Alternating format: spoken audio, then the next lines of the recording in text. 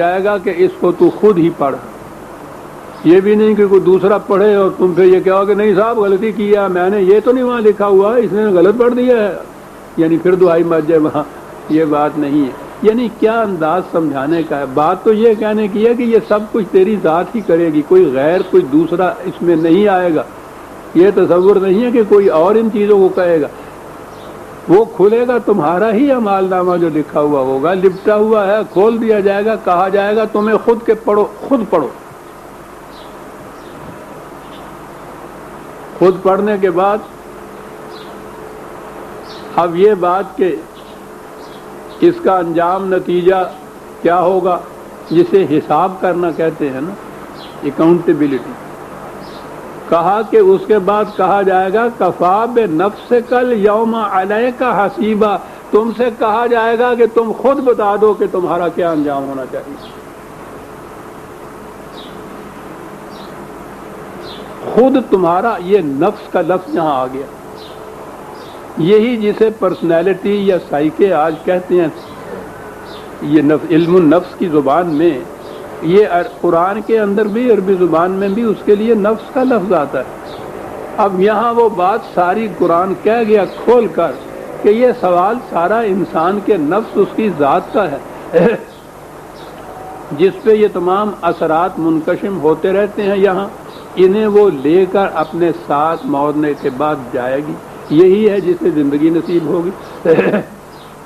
اور وہاں یہی صورت یہ ہے کہ یہاں آنکھوں سے اوجھل ہے، وہاں وہ چیز آنکھوں کے سامنے آ جائے گی، لپٹا ہوا اعمال نامہ کھل کے منشورہ کھل کے سامنے آ جائے گا، اور پھر تمہیں خود کہا جائے گا کہ پڑھو اپنے اعمال نامے کو آپ۔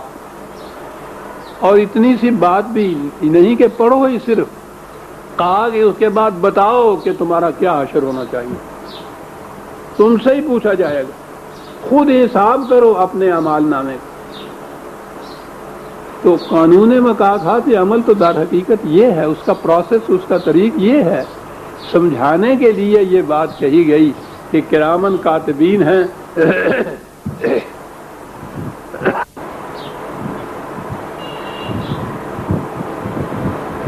حساب کرو۔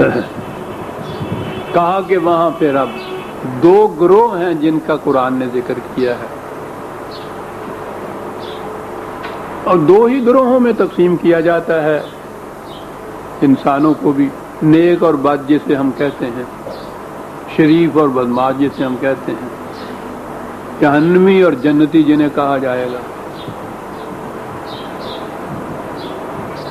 قرآن کہتا ہے کہ اس کے بعد جب یہ حساب ہوگا تو ان الابرار لفی نعیم و ان الفجار لفی جہیم۔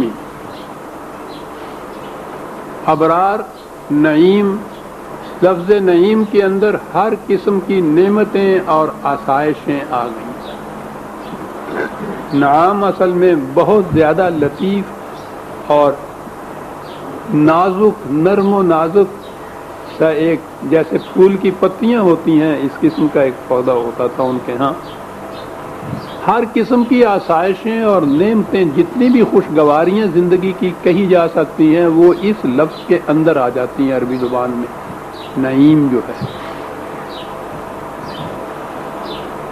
ابرار جو ہوں گے، اب یہ دیکھیے دو لفظ آئے، ابرار نعیم میں ہوں گے، فجار جہیم میں ہوں گے۔ جیسا کہ میں نے کہا ہے ہمارے ہاں تو وہی نیکی اور بدی دو لفظ ہیں، نیک اور بد ہی۔ قرآن کریم میں آپ دیکھیے مومنین، متقین، مصلحین، محسنین اور اس قسم کے اور متعدد الفاظ آتے ہیں۔ ہمارے ہاں ہر ایک کا ترجمہ نیک کر دیا جاتا ہے، اس کے مقابلے میں فاسقین، ظالمین، کفار، مشرک، یہ یہاں فجار آیا ہے، فاسق، فاجر جسے کہتے ہیں، یہ الفاظ مختلف آتے ہیں۔ ہمارے ہاں اس کے لیے گناہگار پتیاں ہوتی ہیں، اس قسم کا ایک پودا ہوتا تھا ان کے ہاں۔ ہر قسم کی آسائشیں اور نعمتیں، جتنی بھی خوشگواریاں زندگی کی کہی جا سکتی ہیں، وہ اس لفظ کے اندر آ جاتی ہیں عربی زبان میں۔ نعیم جو ہے، ابرار جو ہوں گے، اب یہ دیکھیے دو لفظ آئے، ابرار نعیم میں ہوں گے، فجار جہیم میں ہوں گے۔ جیسا کہ میں نے کہا ہے، ہمارے ہاں تو وہی نیکی اور بدی دو لفظ ہیں، نیک اور بد ہی۔ قرآن کریم میں آپ دیکھیے مومنین، متقین، مصلحین، محسنین اور اس قسم کے اور متعدد الفاظ آتے ہیں۔ ہمارے ہاں ہر ایک کا ترجمہ نیک کر دیا جاتا ہے، اس کے مقابلے میں فاسقین، ظالمین، کفار، مشرک، یہ یہاں فجار آیا ہے، فاسق، فاجر جسے کہتے ہیں، یہ الفاظ مختلف آتے ہیں۔ ہمارے ہاں اس کے لیے گناہگار لفظ آ جاتا ہے۔ تو گویا یہ مختلف الفاظ جو قرآن نے استعمال کیے، یوں سمجھیے جیسے کسی نے شاعری میں تو یہ ہوتا ہے کہ وزن کے لیے، قافیے کے لیے، ردیف کے لیے کوئی الفاظ لانے پڑتے ہیں۔ یوں ذہن میں آتا ہے کہ قرآن نے کچھ اس طرح سے مختلف الفاظ لے آیا ہے، وہ جیسے شاعری میں مصرے میں اگر شہد رکھنے سے وزن پورا نہ ہوتا ہو تو انگبین اس کے لیے رکھ لیتے ہیں تاکہ وزن پورا ہو جائے، معنی اس کے ایک ہی ہوتے ہیں۔ تو گویا کچھ اس قسم کی شعر و شاعری کی کتاب سمجھ رکھا ہے کہ کہیں قرآن نے مصلحین لکھ دیا، کہیں محسنین لکھ دیا، کہیں مقربین لکھ دیا، کہیں مومنین لکھ دیا، کہیں متقین کہہ دیا، کہیں فاسقین لکھ دیا، کہیں ظالمین لکھ دیا۔ کیونکہ اس طرح سے ہے کچھ کا کیا ہوا، معاذ اللہ معاذ اللہ۔ قرآن کا ایک ایک لفظ اپنے مفہوم اور معانی کے اعتبار سے پہاڑ کی طرح اٹل ہے، وہی آ سکتا ہے، دوسرا لفظ نہیں آ سکتا، اور اس کا دوسرے الفاظ سے الگ مفہوم ہے۔ ہر مقام پہ جہاں یہ الفاظ آئیں، نہ تو یہ ہو کہ ہر لفظ کے معنی نیک بندے کر دیے جائیں اور مقابل میں ہر لفظ کے معنی گناہ گار کر دیے جائیں۔ گناہ تو عربی کا لفظ ہی نہیں ہے، یہ تو فارسی سے ہے۔ نیک بھی عربی کا لفظ نہیں ہے، نیکی بھی عربی کا لفظ نہیں ہے۔ یہ تو سارا جتنا بھی وہ عجمی اسلام ہے نا، وہ سارے اس کے مصطلحات اور اس کے مفاہیم، اس کے معانی ہمارے ہاں آئے ہوئے ہیں۔ یہاں لفظ ابرار آیا تھا، میں نے اس سے یہ بات چھیڑی، ان الابرار لفی نعیم وان الفجار لفی جہیم۔ پھر ایک طریق یہ ہے قرآن کو سمجھنے کا، وہ متضاد چیزیں لاتا ہے، اور ادب اور انشاء کے اندر یہ بڑا بلند اسلوب ہوتا ہے کہ ایک شے کے متضاد شے کو سامنے لا کے اس کا مفہوم واضح کیا جائے۔ نور اور ظلمات، وہ اندھیرا اور روشنی، آپ دیکھیں گے وہ ہمیشہ ان دو چیزوں کو ایک دوسرے کے سامنے لائے گا۔ یہ جو چیز ہے لطافت بے کثافت جلوہ پیدا کر نہیں سکتی، طالب جو کہتا ہے اس کے معنی یہ ہیں کہ اس طرح تضاد سے متضاد چیز سامنے لانے سے بات زیادہ واضح ہو جاتی ہے، ابھر کے سامنے آ جاتی ہے۔ تو قرآن کے جہاں یہ الفاظ آئیں آپ دیکھیے گا کہ وہ متضاد لفظ لاتا ہے۔ یہاں ابرار کے مقابلے میں فجار لایا ہے وہ۔ اب ہمارے ہاں پھر وہی دشواری، فاسق و فاجر دونوں کے معنی گناہ گار،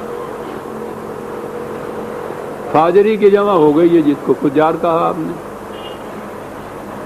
ترجمہ اس کا بھی گناہ گار، بدکار، کچھ اس قسم کے الفاظ آتے ہیں ترجمے کے اندر۔ یہی لفظ کیوں آیا؟ ابرار نیک آ گیا،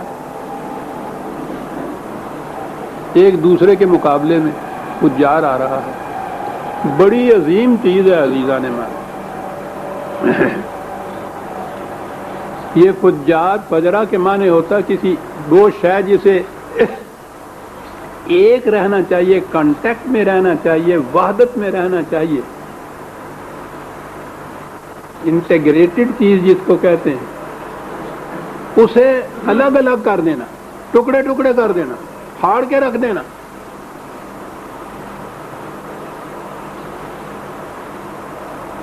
جسے آپ کہتے ہیں کہ فسق و فجور، فاسق و فاجر. چھوڑیے فاسق کے معنی تو پھر عرض کروں گا. یہ لفظ جو ہے اس کے معنی کیا ہیں؟ یہ کیا لایا ہے قرآن یہ لفظ؟ یہ فاجر کون ہے؟ فجور کیا چیز ہوتی؟ اس کے معنی تو پھاڑ دینے کے ہیں، الگ الگ کر دینے کے. اور بہت بڑا جرم ہے یہ. کس چیز کا الگ الگ کر دینا ہے؟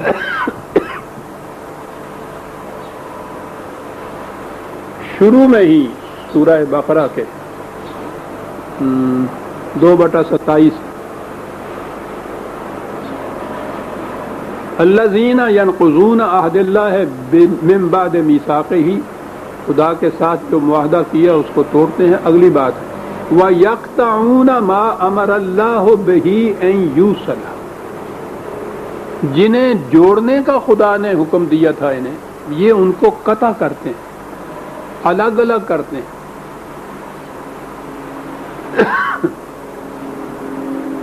بہت بڑا سنگین جرم بتایا.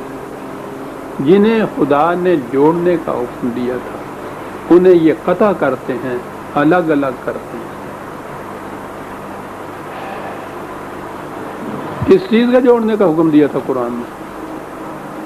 قرآن کی ایک بنیادی تعلیم ہے جسے ہمیشہ پیش نظر رکھنا چاہیے، اور وہ یہ کہ کان الناس امۃ واحدۃ، پوری کی پوری انسانیت ایک واحد برادری، ایک عالمگیر برادری، پوری انسانیت. یہ ہے جو مشیت یا منشاء خداوندی ہے کہ ایسی نوع انسان کو اس طرح کرۂ ارض پہ رہنا چاہیے کہ پوری انسانیت ایک برادری، ایک قوم، ایک ملت، اس میں کسی قسم کا کوئی تفرقہ نہ ہو، کوئی اختلاف نہ ہو، کوئی قطع کی ہوئی چیز نہ ہو. کان الناس. اور اس کے لیے دوسری جگہ ہے کہ انسانوں نے پھر اختلاف کیا. فبعث اللہ النبیین مبشرین ومنذرین، خدا نے انبیاء کو اس مقصد کے لیے بھیجا کہ انسانوں نے جو اختلاف کر کے آپس میں یہ بٹ گئے ہیں، تقسیم ہو گئے ہیں، تفریق پیدا ہو گئی ان میں، انبیاء کو بھیجا کہ اس تفریق اور اختلاف کو ختم کر کے پھر سے ان کو جوڑ دیں. انبیاء کی بعثت کا مقصد یہ بتایا. یہ سلسلہ رشد و ہدایت اور وحی اور رسالت اس لیے ہے کہ انسانوں کے اندر اختلاف اور تفریق پیدا نہ ہو، یہ ایک برادری بن کے رہیں. یہ تھا جس کے لیے کہا کہ خدا نے جنہیں آپس میں جوڑنے کا حکم دیا تھا یہ ان کو قطع کرتے ہیں، پھاڑتے ہیں، ٹکڑے ٹکڑے کرتے ہیں. یہ ہیں جس کو فاجر یا فجار کہا جاتا ہے، تفرقہ پیدا کرنے والے، ایک برادری کو ٹکڑے ٹکڑے کر دینے والے. نوع انسانی کی آج بھی اگر آپ دیکھیں تمام